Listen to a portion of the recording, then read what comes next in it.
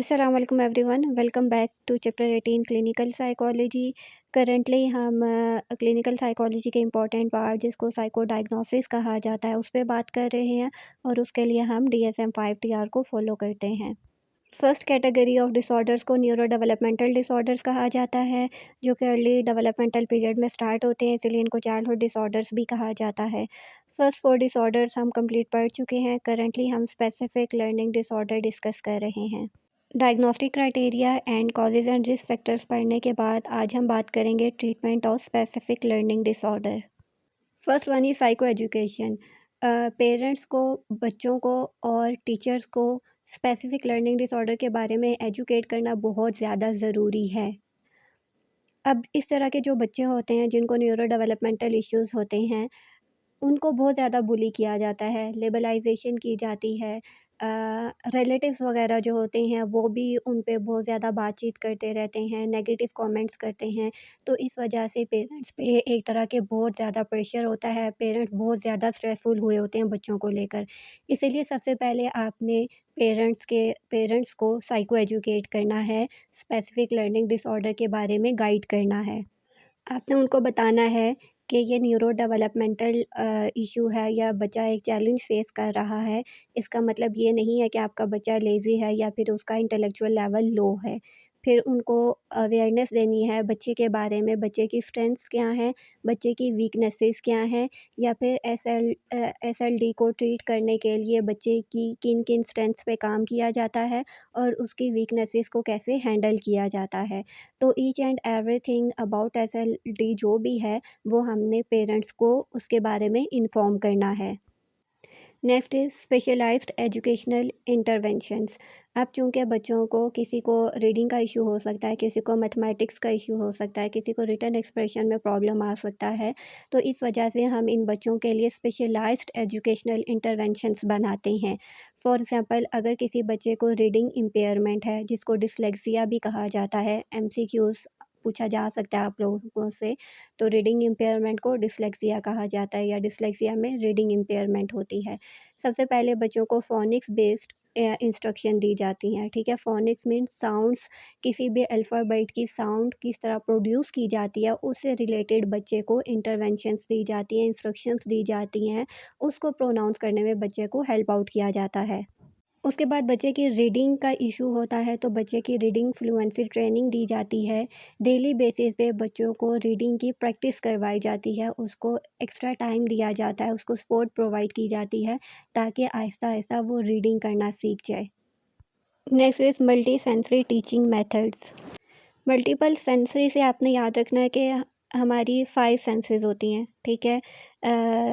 Eyes के through हम देखते हैं, ईयर्स के थ्रू हम सुनते हैं, टंग के ज़रिए हम टेस्ट करते हैं और स्किन के ज़रिए हम टच करते हैं, ठीक है? तो ये 5 सेंसेस जो है ना बच्चे की लर्निंग के टाइम हम एक्टिवेट कर सकते हैं, जिसको मल्टीपल सेंसरी टीचिंग मेथड कहा जाता है। इसकी वजह से बच्चे की लर्निंग के साथ-साथ बच्चे की memory, attention and understanding of things, words, objects वो भी इंक्रीज़ होती है। फॉर एग्ज़ाम्पल, हमने बच्चे को मैथ्स की कैलकुलेशन सिखानी है, ठीक है? तो ट्रेडिशनल मेथड क्या था, या पहले वक़्तों में क्या यूज़ होता था कि बस वर्कशीट के ज़रिए हम बच्चे को सिखा देते थे। जबकि मल्टी सेंसरी मेथड में क्या होगा, हम ब्लॉक्स का यूज़ कर सकते हैं, बीट्स का यूज़ कर सकते हैं, विजुअल मॉडल्स का यूज़ कर सकते हैं। फॉर एग्ज़ाम्पल, कंप्यूटर पे अल्फ़ाबेट्स चल रहे हों, ठीक है? तो हम बच्चे को कंप्यूटर के थ्रू लर्निंग सिखा सकते हैं। जैसे अल्फ़ाबेट्स मूव कर रहे हैं, तो बच्चा साथ में मूवमेंट सीखेगा। अल्फ़ाबेट्स अगर किसी स्पेसिफ़िक कलर में है, तो बच्चा वो स्पेसिफ़िक कलर सीखेगा। फिर विजुअल बच्चे का यूज़ हो रहा है, विजुअल मतलब बच्चा देख रहा है उस ऑब्जेक्ट्स को। ठीक है, तो जब वो उस बच्चे को देख रहा है, बच्चा उस ऑब्जेक्ट्स को देख रहा है, तो एज़ अ रिज़ल्ट वो उसकी मेमोरी में स्टोर होता जा रहा है, ठीक है। अगर उसी अल्फ़ाबेट के साथ हम कोई साउंड्स भी प्ले कर रहे हैं, तो कानों के थ्रू बच्चा वो साउंड्स भी सुन रहा है, ठीक है। तो इट्स मीन उसकी सेंसेस भी एक्टिवेट हो रही हैं, देखने की सेंस एक्टिवेट हो रही है, सुनने की सेंस एक्टिवेट हो रही है, और जो वो ऑब्जेक्ट मूव कर रहा है, बच्चा उसको भी अंडरस्टैंड कर रहा है। तो एक टास्क करवाने से मल्टीपल गोल्स अचीव हो रहे होते हैं। Next is written expression impairment. First one is handwriting training. अब ये जितनी भी चीज़ें हम लोग अप्लाई करते हैं, ये बच्चे के लेवल के अकॉर्डिंग करते हैं। अब अगर बच्चे की ग्रिपिंग अच्छी नहीं है, तो सबसे पहले हम उसको रफ़ पेज पे कलरिंग करना सिखाएँगे।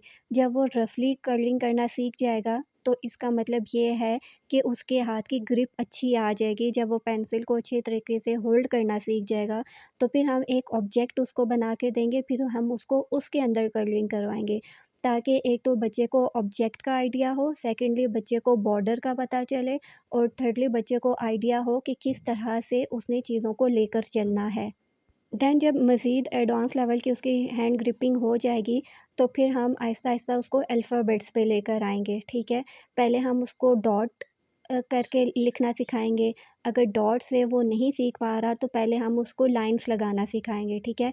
फॉर एग्ज़ाम्पल स्ट्रेट लाइन्स सिखाएँगे हम उसको स्लैंट लाइन्स सिखाएँगे और हम उसको हॉरिज़ॉन्टल लाइन सिखाएँगे, ताकि फिर वो उन लाइन्स को आगे जाके कंबाइन करके एक अल्फ़ाबेट बना सके, ठीक है? उसके बाद हम लोग उसको डॉट पे सिखा सकते हैं, देन हम उसके लिए ट्रेसिंग बुक लाके उसको अल्फ़ाबेट्स के ऊपर ट्रेसिंग करना सिखा सकते हैं, ठीक है? ताकि वो आहिस्ता-आहिस्ता रिटन एक्सप्रेशन की तरफ आ जाए।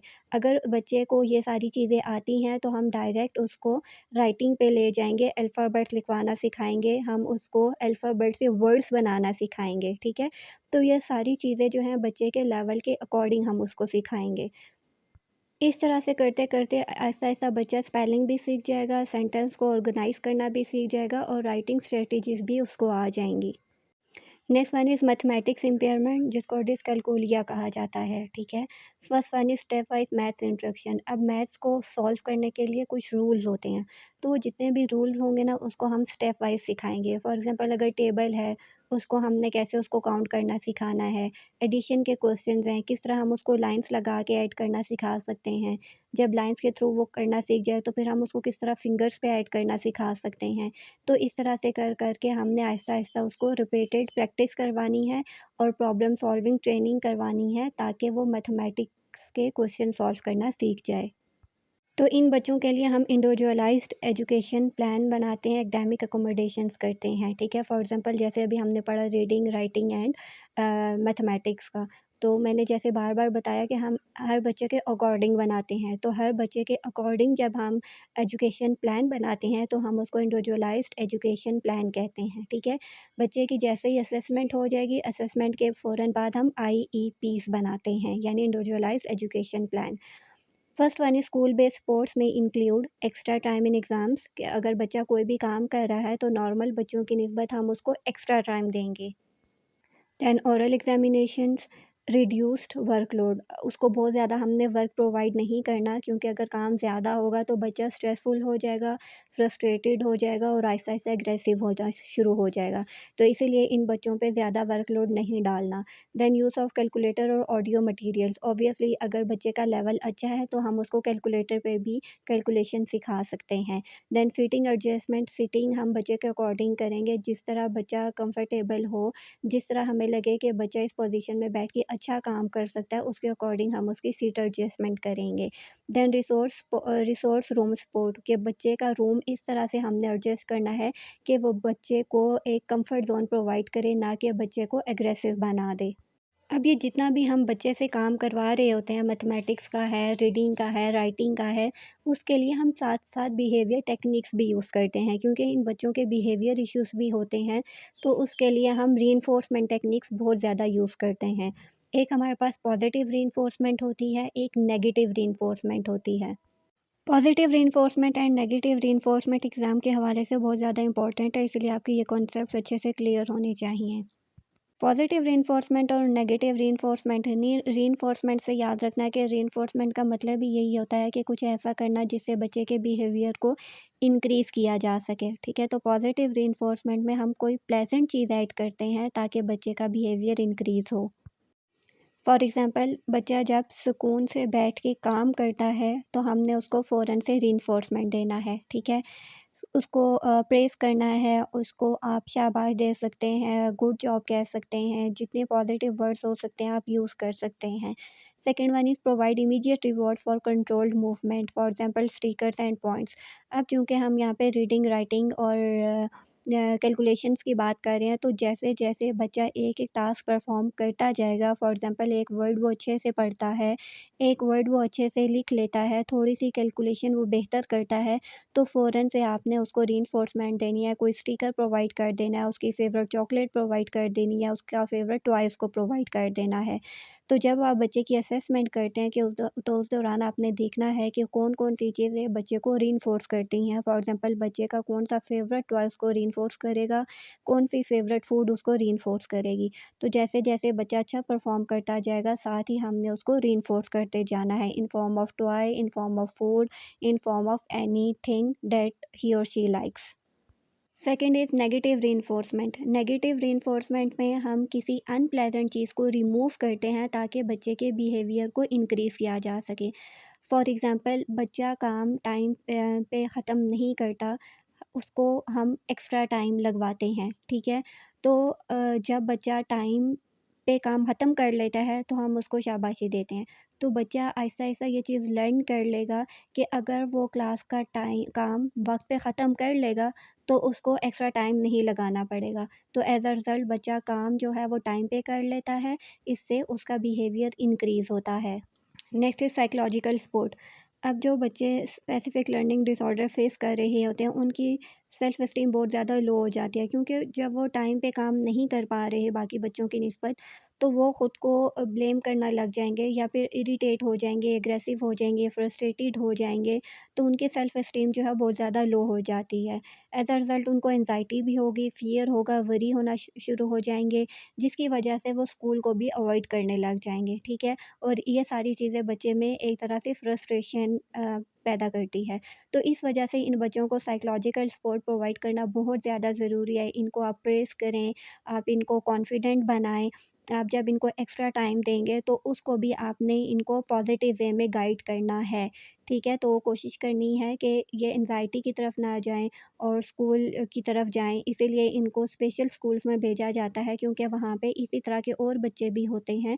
तो फिर ये बच्चों की सेल्फ एस्टीम जो है वो ज़्यादा लो नहीं होती, क्योंकि बाकी बच्चे भी इनकी तरह आहिस्ता-आहिस्ता काम ही कर रहे होते हैं। तो इस वजह से हम इनको सेपरेट स्कूल्स में भेजते हैं, सेपरेट क्लासरूम्स में भेजते हैं, सेपरेट इनकी सीटिंग अरेंजमेंट करते हैं। Next is parent and teacher training. अब पेरेंट और टीचर ट्रेनिंग बहुत ज़्यादा ज़रूरी है। अब स्कूल में तो बच्चे को हम सिखा रहे हैं, ठीक है, बैठना सिखा रहे हैं, काम करना सिखा रहे हैं, रीइंफोर्समेंट दे रहे हैं। सारी चीज़ें बच्चे की नीड्स के अकॉर्डिंग हम कर रहे हैं, बच्चे के लेवल के अकॉर्डिंग कर रहे हैं। अब जब वही बच्चा घर पे जाएगा, तो पेरेंट्स को तो नहीं पता कि उन्होंने बच्चे को कैसे डील करना है। तो हो सकता है कि पेरेंट्स को स्ट्रैटेजीज़ ना पता होने की वजह से वो बच्चे को बर्डनाइज़ कर लें, जिसकी वजह से बच्चा फ्रस्ट्रेटेड हो जाए। इस वजह से पेरेंट और टीचर की ट्रेनिंग बहुत ज़्यादा ज़रूरी है। Teaching effective classroom and home management strategies, ठीक है? अब बच्चे को हम थेरेपिस्ट को चाहिए कि वो पेरेंट्स को ये सिखाए कि किस तरह से उन्होंने घर में भी बच्चे को डील करना है। ऐसा ना हो कि घर में बच्चे को फ्रस्ट्रेटेड कर दें और फिर बच्चा स्कूल को भी अवॉइड करने लग जाए, ठीक है? Second is encouraging positive reinforcement. अब पेरेंट्स को आपने सिखाना है कि पॉजिटिव रीइंफोर्समेंट क्या है?